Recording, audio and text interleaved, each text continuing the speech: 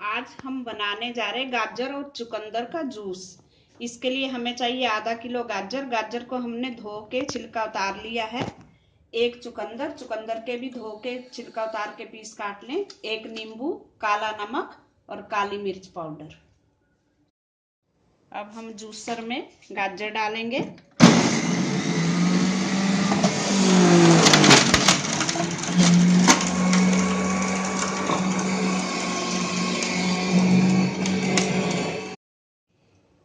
अब हम डालेंगे चुकंदर। चुकंदर को हमें एक साथ डाल देंगे।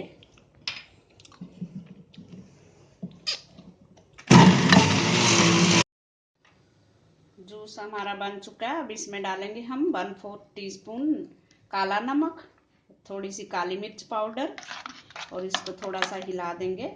और अब इसमें नींबू डालेंगे।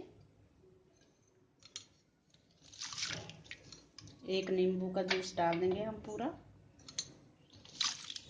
जूस को हम छान के गिलास में डाल देंगे।